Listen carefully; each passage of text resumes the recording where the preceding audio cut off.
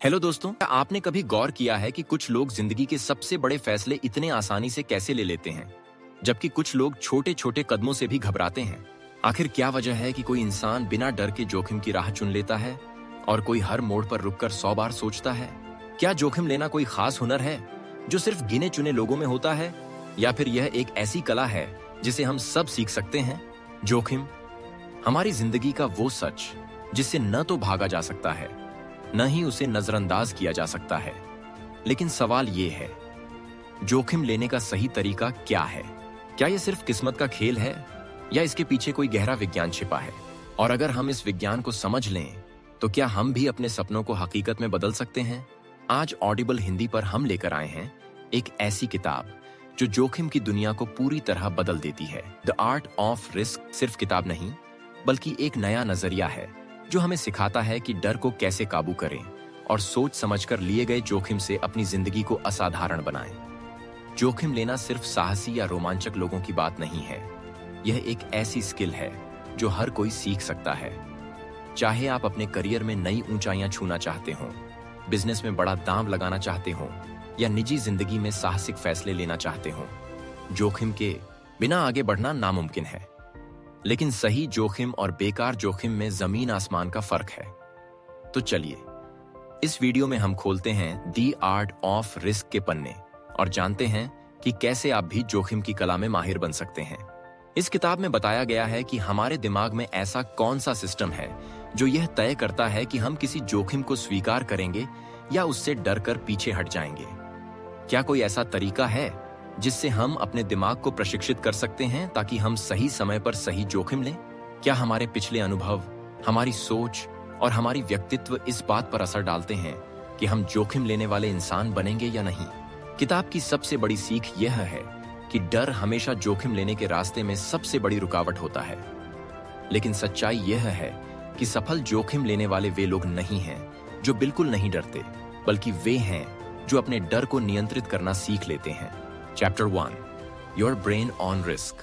क्या आपने कभी सोचा है कि कुछ लोग ऊंची चट्टान से कूदने, तेज रफ्तार में बाइक चलाने या अपने बिजनेस में करोड़ों का निवेश करने से जरा भी नहीं डरते, जबकि कुछ लोग छोटी छोटी चीजों में भी जोखिम लेने से कतराते हैं? आखिर ऐसा क्यों होता है? क्या यह सिर्फ हमारी व्यक्तित्व पर निर्भर करता है या इसके पीछे कोई वैज्ञानिक कारण है? इस चैप्टर में एक हैरान करने वाली बात सामने आती है।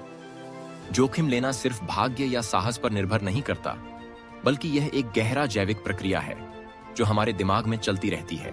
जब भी हम किसी जोखिम भरी स्थिति में होते हैं, हमारा दिमाग तेजी से गणना करता है।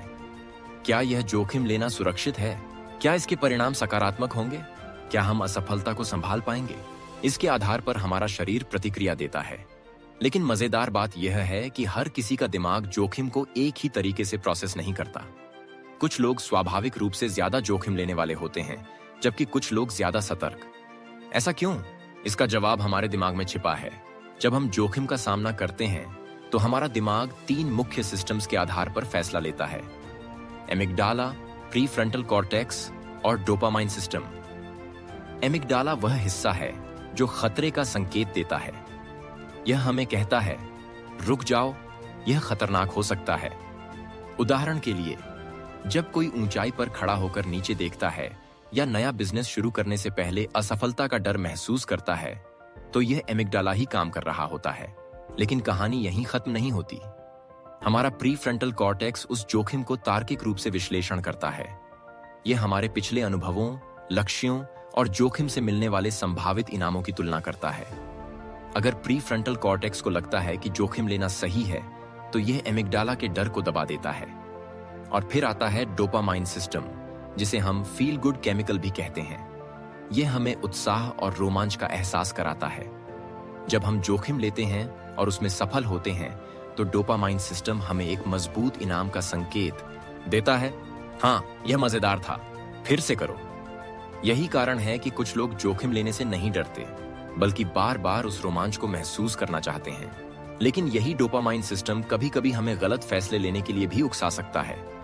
जब कोई व्यक्ति अत्यधिक जोखिम भरे व्यवहार दिखाता है, जैसे जुआ खेलना, तेज रफ्तार में रेसिंग करना या बिना सोचे समझे खतरनाक फैसले लेना, तो इसके पीछे डोपामाइन की अति सक्रियता हो सकती है।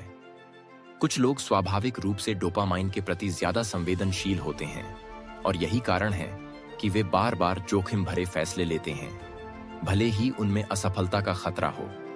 अब सवाल यह है, क्या जोखिम लेने की क्षमता को नियंत्रित किया जा सकता है? क्या हम अपने दिमाग को इस तरह प्रशिक्षित कर सकते हैं कि हम सही समय पर सही जोखिम लें और अनावश्यक जोखिम से बचें? जवाब है हाँ, यह संभव है। अगर हम अपने दिमाग के इन 3 सिस्टम्स को अच्छी तरह समझ लें, तो हम अपने डर को प्रबंधित कर सकते हैं, अपनी तार्किक सोच को बेहतर बना सकते हैं और अपने डोपामाइन सिस्टम को सही दिशा में नियंत्रित कर सकते हैं। इस चैप्टर का सबसे शक्तिशाली संदेश यह है कि जोखिम लेना कोई बेतरतीब प्रतिभा नहीं है, बल्कि एक जैविक और मनोवैज्ञानिक प्रक्रिया है जिसे हम समझकर उसमें महारत हासिल कर सकते हैं। जो लोग स्मार्ट जोखिम लेते हैं, वे अपनी सहज प्रवृत्ति, अनुभव और तार्किक सोच के बीच एक संतुलन बनाते हैं। वे न तो बिना सोचे समझे जोखिम लेते हैं और न ही डर के कारण अवसरों को गंवाते हैं। तो अगली बार जब आप किसी बड़े फैसले के सामने खड़े हों, तो खुद से पूछें, क्या यह मेरा एमिगडाला है जो मुझे रोक रहा है? क्या मेरा प्रीफ्रंटल कॉर्टेक्स इस जोखिम को सही तरीके से विश्लेषण कर रहा है? क्या मेरा डोपामाइन सिस्टम मुझे सही इनाम की ओर ले जा रहा है? अगर आप इस फॉर्मूले को समझ लेते हैं, तो आप किसी भी जोखिम को समझदारी से संभाल सकते हैं और अपनी जिंदगी में बड़े बड़े लक्ष्य हासिल कर सकते हैं। जोखिम एक कला है और इसे सीखना संभव है। बस आपको अपने दिमाग को सही तरीके से समझना होगा। Chapter 2, the myth of fearlessness. क्या आपने कभी ऐसे लोगों को देखा है जो ऊंचाई से छलांग लगाने में जरा भी नहीं हिचकिचाते, जो तेज रफ्तार में बाइक दौड़ाते हैं या जो बिना किसी डर के नए बिजनेस में करोड़ों रुपए लगा देते हैं? हमें लगता है कि ये लोग निडर हैं, यानी इन्हें डर महसूस ही नहीं होता। लेकिन क्या सचमुच ऐसा है? क्या कुछ लोग जन्म से ही डर से मुक्त होते हैं, या यह सिर्फ एक भ्रम है? इस चैप्टर में इस बड़े मिथक को तोड़ा गया है। निडरता जैसी कोई चीज होती ही नहीं। हकीकत यह है कि हर इंसान डरता है, चाहे वह कितना भी साहसी क्यों न दिखे। फर्क सिर्फ इतना है कि कुछ लोग अपने डर को सही तरीके से प्रबंधित करना सीख लेते हैं, जबकि कुछ लोग डर के आगे घुटने टेक देते हैं। जब भी हम किसी जोखिम भरी स्थिति में होते हैं, हमारा दिमाग तुरंत सतर्क हो जाता है। हमारे अंदर एक अनजानी घबराहट पैदा होती है, दिल की धड़कन तेज हो जाती है, हथेलियां पसीने से भीगने लगती हैं और दिमाग कहता है, रुक जाओ, यह खतरनाक हो सकता है। यह हमारा एमिगडाला है जो हमें सर्वाइवल मोड में डाल देता है। यह सिस्टम लाखों सालों से हमारे अंदर मौजूद है और हमें हर तरह के खतरों से बचाने में मदद करता है। लेकिन आज के दौर में खतरे सिर्फ जंगलों में जंगली जानवरों से नहीं आते। करियर के फैसले, सार्वजनिक बोलने की चुनौती, निवेश या रिश्तों में भी जोखिम होते हैं। जब हम इन जोखिमों का सामना करते हैं, तब भी हमारा दिमाग वही प्राचीन प्रतिक्रिया देता है जो किसी जानलेवा खतरे को देखकर देता। अब सवाल यह है, अगर डर इतना स्वाभाविक है, तो दुनिया के सबसे बड़े जोखिम लेने वाले इतने बड़े फैसले कैसे ले लेते हैं? क्या उनके अंदर डर नहीं होता? असली जोखिम लेने वाले वे लोग हैं जो डर को महसूस करने के बावजूद आगे बढ़ते हैं। वे अपने डर को नजरअंदाज नहीं करते, बल्कि उसे समझते हैं, उसे स्वीकार करते हैं और फिर उसी डर को अपनी ताकत बना लेते हैं। यही वह मानसिक बदलाव है जो एक साधारण इंसान और एक असाधारण इंसान के बीच सबसे बड़ा अंतर पैदा करता है। एक पेशेवर स्काईडाइवर जब हजारों फीट ऊंचाई से कूदता है, तो उसे भी डर लगता है। एक उद्यमी जब अपना पहला स्टार्टअप शुरू करता है, तो उसे भी असफलता का डर सताता है। लेकिन फर्क यह है कि वे इस डर को अपने ऊपर हावी नहीं होने देते। वे जानते हैं कि डर सिर्फ एक संकेत है जो बताता है कि हम अपने आरामदायक क्षेत्र से बाहर कदम रख रहे हैं, और इसी आरामदायक क्षेत्र से बाहर निकलकर ही कोई इंसान विकास कर सकता है। जब हम डर को पूरी तरह समझ लेते हैं, तो हम उसे अपने फायदे के लिए इस्तेमाल कर सकते हैं। डर हमें सतर्क बनाता है, सोचने पर मजबूर करता है और हमें बेहतर तैयारी करने के लिए प्रेरित करता है। सही मात्रा में डर हमें बेहतर प्रदर्शन करने में मदद करता है।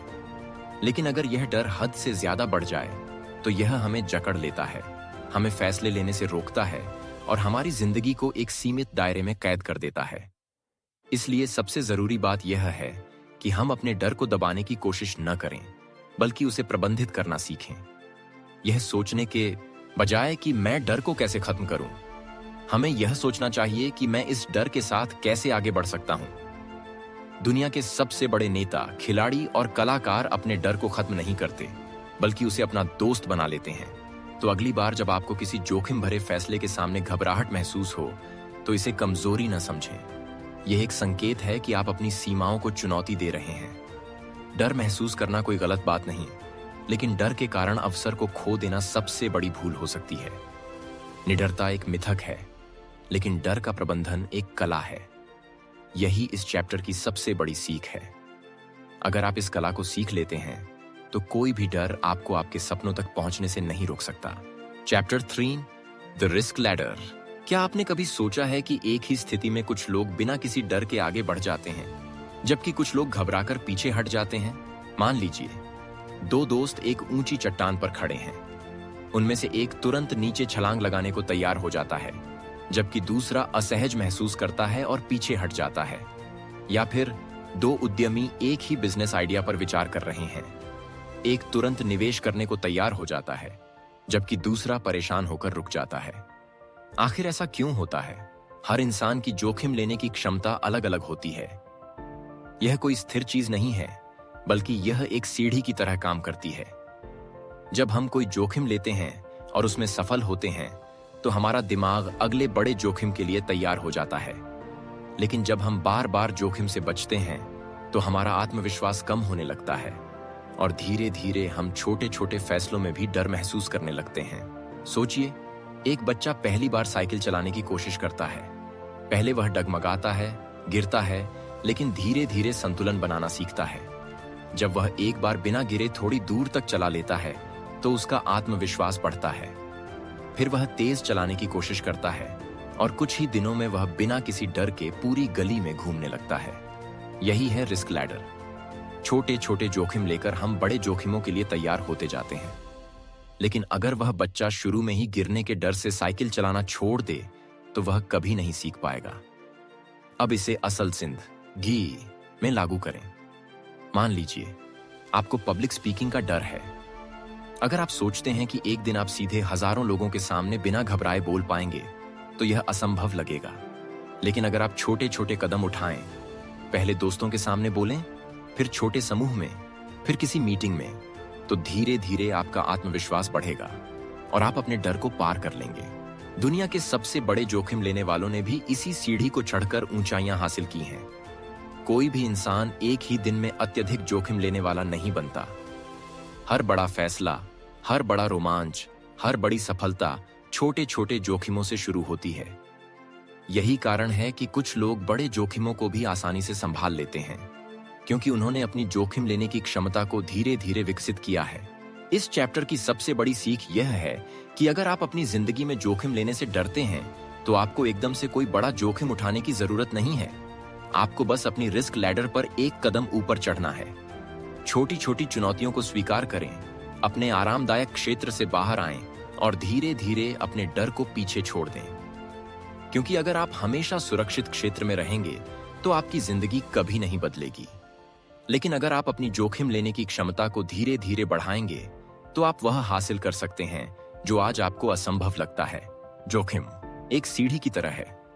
छोटे कदम आपको ऊंचाइयों तक ले जा सकते हैं। सवाल यह है, क्या आप इस सीढ़ी पर पहला कदम रखने के लिए तैयार हैं? Chapter 4, training for risk. क्या जोखिम लेना एक ऐसी प्रतिभा है जो कुछ लोगों को जन्म से मिलती है, या यह एक ऐसी कला है जिसे सीखा और विकसित किया जा सकता है? यह सवाल बहुत महत्वपूर्ण है, क्योंकि जब भी हम किसी जोखिम लेने वाले को देखते हैं, चाहे वह कोई बड़ा उद्यमी हो, कोई साहसी खिलाड़ी हो, या कोई नया बिजनेस शुरू करने वाला, हमें लगता है कि उनके अंदर कोई खास शक्ति है जो उन्हें बिना डर के बड़े फैसले लेने की ताकत देती है। लेकिन सच्चाई कुछ और है। जोखिम लेना कोई जादू नहीं है, बल्कि यह एक ऐसी कला है जिसे सही प्रशिक्षण के जरिए सीखा जा सकता है। जब हम जोखिम लेने की बात करते हैं, तो यह सिर्फ भाग्य या स्वाभाविक साहस पर निर्भर नहीं करता। यह इस बात पर निर्भर करता है कि हमने खुद को उस स्थिति के लिए कितना तैयार किया है। जोखिम लेना कोई सिक्का उछालने जैसा खेल नहीं है, बल्कि यह एक सोची समझी प्रक्रिया है जिसे आप अपने दिमाग और शरीर को प्रशिक्षित करके बेहतर बना सकते हैं। सोचिए, जब कोई अग्निशामक जलते हुए घर में जाता है, तो क्या वह बिना सोचे समझे अंदर कूद पड़ता है? नहीं, वह जानता है कि आग कैसे फैलती है, उसे पता होता है कि कहां जाना है और खतरे को कैसे कम करना है। उसने इसके लिए प्रशिक्षण लिया होता है, बार बार अभ्यास किया होता है, जिससे उसका दिमाग सही समय पर सही फैसला लेने के लिए तैयार रहता है। यही है ट्रेनिंग फॉर रिस्क। अपने दिमाग और शरीर को इस तरह तैयार करना कि जब कोई जोखिम भरी स्थिति आए तो आप बिना घबराए सही फैसला ले सकें। अगर आप किसी नए बिजनेस में निवेश करना चाहते हैं तो क्या आप बिना रिसर्च किए करोड़ों रुपए लगा देंगे? बिल्कुल नहीं। पहले आप बाजार का अध्ययन करेंगे, डेटा का विश्लेषण करेंगे, विशेषज्ञों से बात करेंगे और फिर एक सोचा समझा जोखिम लेंगे। यही जोखिम लेने का असली फॉर्मूला है। सही तैयारी, सही जानकारी और सही कार्यान्वयन। जोखिम लेने की क्षमता को बेहतर करने के लिए सबसे जरूरी चीज है एक्सपोजर। यानी अगर आप किसी चीज से डरते हैं तो आपको बार बार खुद को उस स्थिति में डालना होगा ताकि आपका दिमाग उसे सामान्य मानने लगे। उदाहरण के लिए, जब कोई नेवी सील सैनिक पहली बार पानी के अंदर सांस रोकने की ट्रेनिंग करता है तो वह घबरा जाता है, लेकिन बार बार अभ्यास करने के बाद उसका दिमाग उस स्थिति को सामान्य मानने लगता है और वह बिना घबराए मिशन पूरा कर सकता है। यही अवधारणा हर तरह के जोखिम पर लागू होती है। जोखिम लेने की क्षमता बढ़ाने के लिए दूसरी जरूरी चीज है सिमुलेशन। यानी आप असली जोखिम लेने से पहले उसका अभ्यास कर सकते हैं। पायलट हजारों फीट की ऊंचाई पर विमान उड़ाने से पहले फ्लाइट सिमुलेटर में अभ्यास करते हैं। डॉक्टर सर्जरी करने से पहले वर्चुअल रियलिटी ट्रेनिंग लेते हैं। एथलीट बार बार अपनी परफॉर्मेंस का परीक्षण करते हैं। जब आपका दिमाग पहले से ही किसी स्थिति को कई बार अनुभव कर चुका होता है तो असली जोखिम लेने का डर बहुत कम हो जाता है। अब सवाल यह है, क्या कोई भी इंसान खुद को एक स्मार्ट जोखिम लेने वाला बना सकता है? केट सुकुल कहती हैं, हाँ, बिल्कुल। अगर आप खुद को सही प्रशिक्षण और सही अनुभव देते हैं तो आप अपने आरामदायक क्षेत्र से बाहर आ सकते हैं और बेहतर फैसले ले सकते हैं। हर बड़ा जोखिम लेने वाला पहले छोटे छोटे कदम उठाकर खुद को तैयार करता है। यही इसका सबसे बड़ा रहस्य है। इस चैप्टर की सबसे बड़ी सीख यह है कि जोखिम लेना कोई जादुई शक्ति नहीं, बल्कि एक ऐसी कला है जिसे सीखा जा सकता है।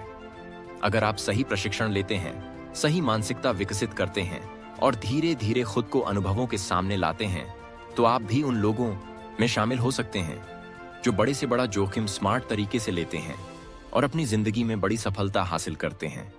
तो अब सवाल यह है, क्या आप खुद को अगले जोखिम के लिए प्रशिक्षित करने के लिए तैयार हैं? Chapter 5, the power of intuition. क्या आपको कभी ऐसा लगा है कि कोई बड़ा फैसला लेने से पहले आपके अंदर से एक आवाज आई हो, यही सही है, इसे करो? या फिर किसी स्थिति को देखकर अचानक आपको एहसास हुआ हो, यहां कुछ गलत है, मुझे इससे दूर रहना चाहिए? यह जो अंदर की आवाज है, जिसे हम अक्सर छठी इंद्रिय या गट फीलिंग कहते हैं, इसे ही इंट्यूशन कहते हैं। और क्या आप जानते हैं कि दुनिया के सबसे बड़े जोखिम लेने वाले अपने फैसले लेने में इसी इंट्यूशन पर सबसे ज्यादा भरोसा करते हैं? इंट्यूशन कोई जादू या रहस्य नहीं है। यह हमारे दिमाग का एक शक्तिशाली फैसला लेने वाला उपकरण है जिसे हम अक्सर नजरअंदाज कर देते हैं। इंट्यूशन हमें वह चीजें महसूस करने की ताकत देता है जो हमारे सचेत दिमाग के लिए तुरंत समझना मुश्किल होता है। जब कोई अनुभवी डॉक्टर बिना किसी टेस्ट के मरीज की बीमारी का अंदाजा लगा लेता है, जब कोई निवेशक बिना ज्यादा डेटा देखे किसी कंपनी में निवेश कर देता है, या जब कोई सैनिक किसी अनजान खतरे को पहले ही भांप लेता है, तो यह सब इंट्यूशन की ताकत है। अब सवाल यह है, यह इंट्यूशन काम कैसे करता है? जब हम कोई नया अनुभव लेते हैं तो हमारा दिमाग उस अनुभव को अपने अंदर संग्रहित कर लेता है। ये संग्रहित जानकारी और पैटर्न हमारे अवचेतन दिमाग में जमा होते रहते हैं। जब हम किसी जोखिम भरी स्थिति में होते हैं तो हमारा दिमाग तेजी से इन पिछले अनुभवों को स्कैन करता है और बिना किसी तार्किक विश्लेषण के हमें एक संकेत देता है, यह सही है या यह गलत है। यही है इंट्यूशन। इसे समझने के लिए एक साधारण उदाहरण लेते हैं। मान लीजिए आप किसी नए शहर में घूमने गए हैं और आपको 2 रास्ते दिखते हैं। एक रास्ता साफ सुथरा और रोशनी से भरा है, जबकि दूसरा रास्ता अंधेरा और सुनसान है। बिना ज्यादा सोचे आपका मन कहेगा कि पहला रास्ता ज्यादा सुरक्षित है। क्यों? क्योंकि आपके दिमाग ने आपके पिछले अनुभवों और बचपन से सुनी कहानियों को मिलाकर एक पैटर्न बना लिया है कि सुनसान और अंधेरे रास्ते खतरनाक हो सकते हैं। यही है इंट्यूशन। जोखिम लेने के मामले में भी यही होता है। जब कोई पेशेवर पोकर खिलाड़ी बिना प्रतिद्वंद्वी के कार्ड देखे अंदाजा लगा लेता है कि सामने वाले के पास अच्छा हाथ है या नहीं, जब कोई स्टॉक मार्केट व्यापारी किसी कंपनी के शेयर के बढ़ने या गिरने का सही अनुमान लगा लेता है, या जब कोई एथलीट बिना सोचे सही फैसला ले लेता है, तो यह सब उनके सालों के अनुभव से आए इंट्यूशन के कारण होता है। यानी जितना ज्यादा आप किसी क्षेत्र में अनुभव लेंगे, उतना ही तेज आपका इंट्यूशन बनेगा। लेकिन एक दिलचस्प बात यह है कि इंट्यूशन हमेशा सही नहीं होता। कभी कभी हमारा दिमाग पिछले अनुभवों के आधार पर गलत पैटर्न बना लेता है और हम गलत फैसले भी ले सकते हैं। इसीलिए केट सुकुल कहती हैं कि इंट्यूशन को और मजबूत करने के लिए 2 चीजें जरूरी हैं। पहला, ज्यादा से ज्यादा अनुभव लेना, और दूसरा, अपने इंट्यूशन को डेटा और तर्क से जांचना। इसका मतलब है कि आपको अंधेरे में सिर्फ इंट्यूशन पर भरोसा नहीं करना चाहिए, बल्कि उसे तार्किक सोच के साथ संतुलित करना चाहिए। जोखिम लेने में इंट्यूशन का सबसे बड़ा फायदा यह है कि यह हमें तेजी से फैसले लेने में मदद करता है। जब हमारे पास सोचने का समय कम होता है, जब हमें तुरंत कोई कदम उठाना होता है, तब हमारा सचेत दिमाग इतनी तेजी से काम नहीं कर पाता, लेकिन हमारा इंट्यूशन पहले से तैयार होता है। यही कारण है कि अनुभवी लोग ज्यादा तेज और सही फैसले ले पाते हैं, क्योंकि उनका इंट्यूशन पहले से ही मजबूत होता है। इस चैप्टर की सबसे बड़ी सीख यह है कि इंट्यूशन एक सुपर पावर की तरह काम कर सकता है, लेकिन इसे विकसित करने की जरूरत होती है। जितना ज्यादा आप खुद को नए अनुभवों में डालेंगे, जितना ज्यादा आप अपनी गलतियों से सीखेंगे, उतना ही बेहतर आपका इंट्यूशन बनेगा। और जब आपका इंट्यूशन मजबूत हो जाएगा, तब आप किसी भी जोखिम भरी स्थिति में तेज और सही फैसले ले पाएंगे। तो सवाल यह है, क्या आप अपने इंट्यूशन की ताकत को अनलॉक करने के लिए तैयार हैं? Chapter 6, the risk taking personality. क्या आपने कभी सोचा है कि कुछ लोग हर स्थिति में जोखिम लेने के लिए तैयार रहते हैं, जबकि कुछ लोग जरा सा जोखिम लेने से भी बचते हैं? कुछ लोग ऊंचाई से छलांग लगाने, तेज रफ्तार में बाइक चलाने या नए बिजनेस में करोड़ों रुपए लगाने से नहीं घबराते, जबकि कुछ लोग छोटी छोटी चीजों में भी 1000 बार सोचते हैं। आखिर ऐसा क्यों होता है? क्या जोखिम लेना एक आदत है, एक सीखी हुई कला है, या यह हमारे व्यक्तित्व का हिस्सा है? जोखिम लेना कोई एक जैसा व्यवहार नहीं है, यह हमारे व्यक्तित्व का हिस्सा होता है। यानी हर इंसान में जोखिम लेने की क्षमता अलग अलग होती है, और यह काफी हद तक इस बात पर निर्भर करता है कि हमारा दिमाग कैसे बना है। जब हम जोखिम लेने की बात करते हैं, तो यह सिर्फ एक विकल्प नहीं होता, बल्कि यह हमारी जैविक संरचना, मनोवैज्ञानिक बनावट और पिछले अनुभवों से जुड़ा होता है। कुछ लोगों के दिमाग में डोपामाइन सिस्टम बहुत सक्रिय होता है, जो उन्हें रोमांच और उत्साह की ओर खींचता है। यही कारण है कि कुछ लोग साहसिक खेलों, जुए या जोखिम भरे बिजनेस में ज्यादा रुचि लेते हैं। उनका दिमाग उन्हें लगातार कुछ नया खोजने के लिए प्रेरित करता है। वहीं कुछ लोगों का दिमाग ज्यादा सतर्क होता है, जो उन्हें हर जोखिम का विश्लेषण करने और सुरक्षित रहने के लिए कहता है। जोखिम लेने की व्यक्तित्व को 3 श्रेणियों में बांटा जा सकता है। First, high risk takers. ये लोग किसी भी नई चुनौती को लेकर उत्साहित हो जाते हैं। उन्हें लगातार नयापन चाहिए होता है और वे अनिश्चितताओं को स्वीकार करना जानते हैं। Second, moderate risk takers. ये लोग सोच समझकर जोखिम लेते हैं। वे जरूरत पड़ने पर बड़े कदम उठाने से पीछे नहीं हटते, लेकिन अपने फैसले तार्किक रूप से लेते हैं। Third, low risk takers. ये लोग स्थिरता को प्राथमिकता देते हैं। वे हर स्थिति में सुरक्षित रहना चाहते हैं और अनिश्चितताओं से बचते हैं। अब सवाल यह है, क्या जोखिम लेने की व्यक्तित्व को बदला जा सकता है? केट सुकुल कहती हैं, हां, यह संभव है। जोखिम लेना कोई स्थायी गुण नहीं है। यह हमारी आदतों, पर्यावरण और अनुभवों से प्रभावित होता है। अगर कोई व्यक्ति कम जोखिम लेने वाला है, तो वह धीरे धीरे अपनी जोखिम लेने की क्षमता को बढ़ा सकता है। जब हम खुद को छोटी छोटी जोखिम भरी स्थितियों में डालते हैं और उन्हें सफलतापूर्वक संभालते हैं, तो हमारा दिमाग जोखिम लेने को सामान्य मानने लगता है। इसी तरह ज्यादा जोखिम लेने वाले लोगों को यह सीखने की जरूरत होती है कि वे कब और कितना जोखिम लें, ताकि वे अनावश्यक नुकसान से बच सकें। जोखिम लेने की व्यक्तित्व को समझने का सबसे बड़ा फायदा यह है कि आप अपनी ताकत और कमजोरियों को पहचान सकते हैं। अगर आप स्वाभाविक रूप से जोखिम से बचने वाले हैं, तो आप अपने आरामदायक क्षेत्र से बाहर निकलकर खुद को चुनौतियों में डाल सकते हैं। और अगर आप बहुत ज्यादा जोखिम लेने वाले हैं, तो आप खुद को नियंत्रित करके ज्यादा सोच समझकर और विचारशील फैसले ले सकते हैं। इस चैप्टर की सबसे बड़ी सीख यह है कि जोखिम लेने की व्यक्तित्व कोई स्थायी चीज नहीं है। अगर आप चाहें तो अपनी मानसिकता को बदल सकते हैं, अपने आरामदायक क्षेत्र को विस्तार दे सकते हैं और अपने फैसलों में संतुलन ला सकते हैं।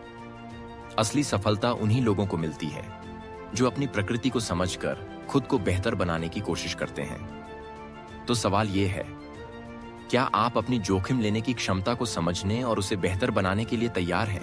कंक्लूजन, जोखिम यह एक ऐसा शब्द है जो कुछ लोगों के लिए उत्साह लाता है और कुछ के लिए डर। लेकिन जोखिम लेना कोई बेतरतीब कदम नहीं है। यह एक ऐसी कला है जो हमारे दिमाग की संरचना, हमारे अनुभवों और हमारे व्यक्तित्व से जुड़ी है। इस किताब में हमने जाना कि हमारा दिमाग जोखिम को कैसे प्रोसेस करता है, डर को कैसे प्रबंधित किया जा सकता है और कैसे छोटे छोटे सोचे समझे जोखिम हमें बड़ी सफलता तक ले जा सकते हैं। इस किताब की सबसे बड़ी सीख यही है कि जोखिम लेना कोई सिक्का उछालने जैसा खेल नहीं है। यह एक कला है। जितना ज्यादा आप इसे समझेंगे और अभ्यास करेंगे, उतना ही बेहतर आप अपनी जिंदगी में साहसिक और अर्थपूर्ण फैसले ले पाएंगे। चाहे आप अपने करियर में आगे बढ़ना चाहते हो, कोई नया बिजनेस शुरू करना चाहते हो या अपनी जिंदगी के किसी भी क्षेत्र में बड़ा कदम उठाना चाहते हो, जोखिम से भागने के बजाय उसे समझना और अपनाना जरूरी है। अगर आपको यह किताब पसंद आई और इससे आपको कुछ नया सीखने को मिला, तो इसे अपनी जिंदगी में लागू करने की कोशिश जरूर करें। जोखिम लेना ही वह पुल है जो आपको एक साधारण जिंदगी से असाधारण सफलता तक ले जाता है। तो अगली बार जब आपके सामने कोई बड़ा फैसला आए, तो खुद से पूछें, क्या यह जोखिम लेने लायक है? और अगर हाँ, तो मैं इसे स्मार्ट तरीके से कैसे ले सकता हूं? अगर आपको यह वीडियो पसंद आया तो इसे लाइक और शेयर करना न भूलें। ऑडिबल हिंदी चैनल को सब्सक्राइब करें और बेल आइकन दबाएं ताकि आपको ऐसी ही शक्तिशाली किताबों की समीक्षा मिलती रहे। हमें कमेंट्स में बताएं कि यह किताब आपको कैसी लगी और अगली कौन सी किताब की समीक्षा आप देखना चाहते हैं। मिलते हैं अगले वीडियो में एक नई किताब, एक नई सीख और एक नई मानसिकता के साथ। Keep learning, keep growing.